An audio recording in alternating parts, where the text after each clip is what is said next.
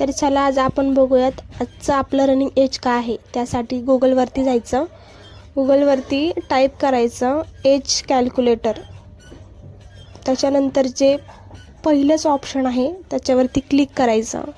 ते क्लिक केल्यानंतर आपली डेट ऑफ बर्थ काय आहे ही आधी टाकून घ्यायची। तर माझी आता जून आहे, तर मी जून टाकते, जून 16 जून आणि वर्ष आहे 2000।